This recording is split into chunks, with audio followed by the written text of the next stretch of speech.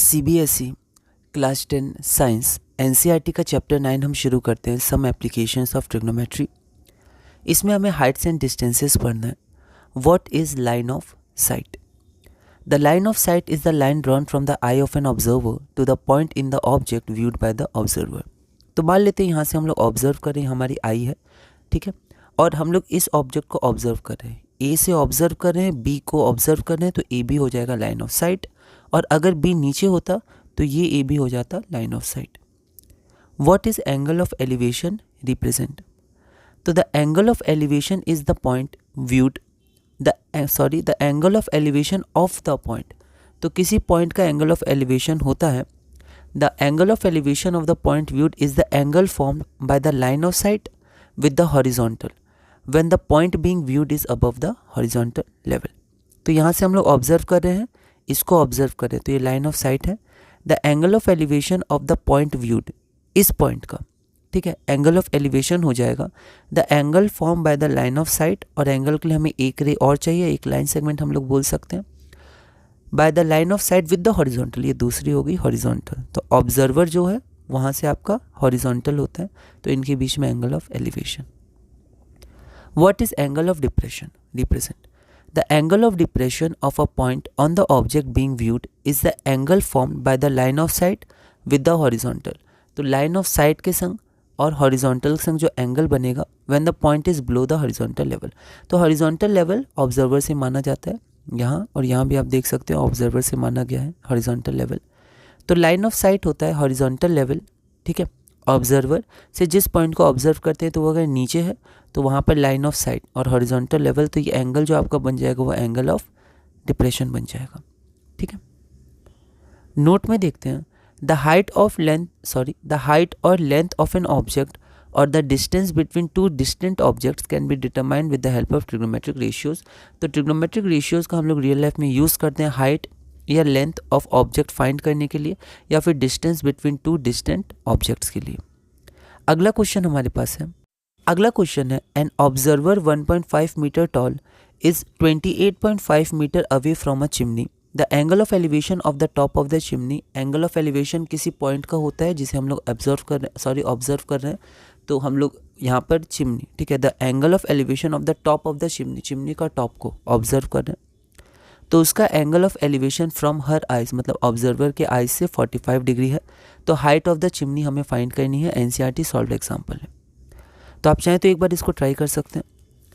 तो हम लोग आगे बढ़ते हैं, हम लोग मान लेते हैं जो AB है वो AB हमारी क्या है, चिमनी है, और CD जो है वो हाइट ऑफ ऑब्जर्वर है।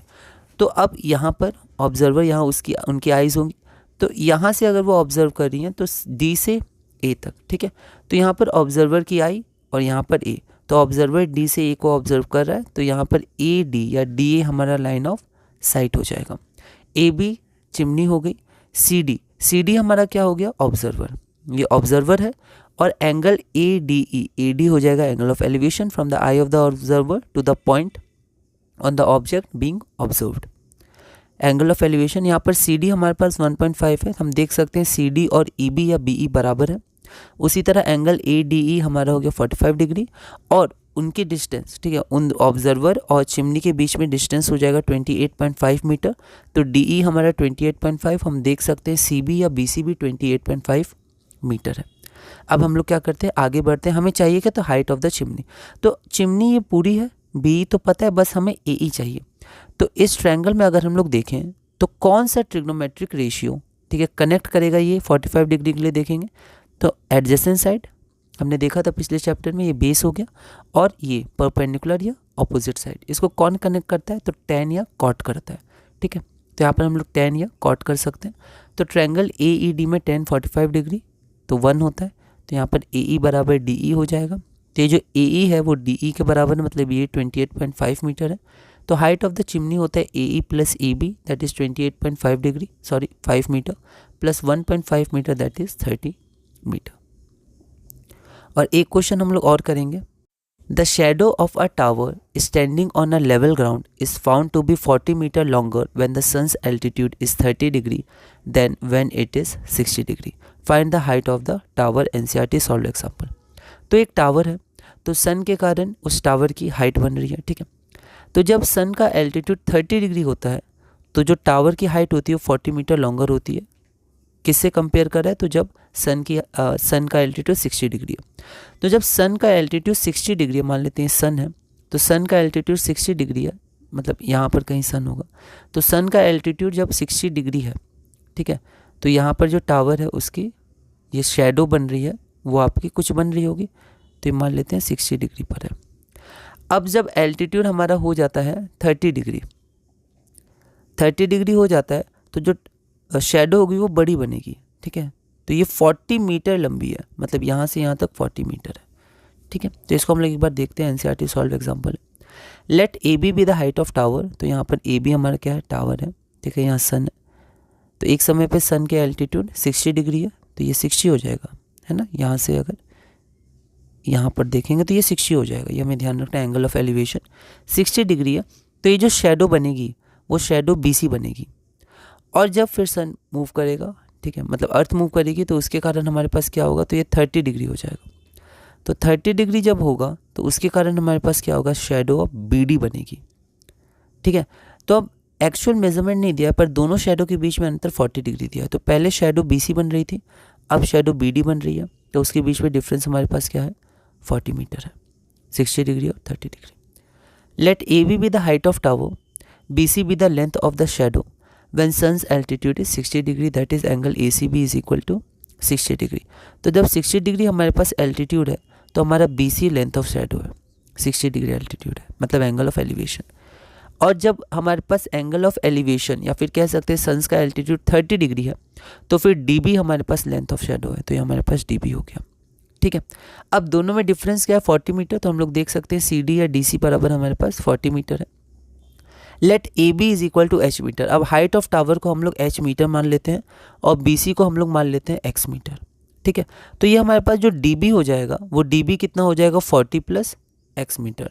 तो DB हमारे पास 40 प्लस X मीटर हो गया, ठीक है। अब इन ट्रायंगल ABC, तो ट्रायंगल ABC में हम लोग देखते हैं tan 60 डिग्री। अब tan 60 डिग्री हमने क्यों लिया? क्योंकि हमें हाइट ऑफ टावर चाहिए, तो इसको हमें रिलेट करना होगा, और बेस को हमने माना है X। तो फिर से कौन परपेंडिकुलर और बेस? ये side adjacent to the angle ये रहा, और side opposite to the angle को कनेक्ट करता है, तो tan या cot कनेक्ट करता है, तो हमने tan माना।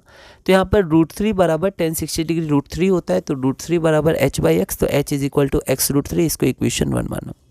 उसी तरह ट्रायंगल ABD में हम लोग देखें तो ये रहा हमारा A, B और D।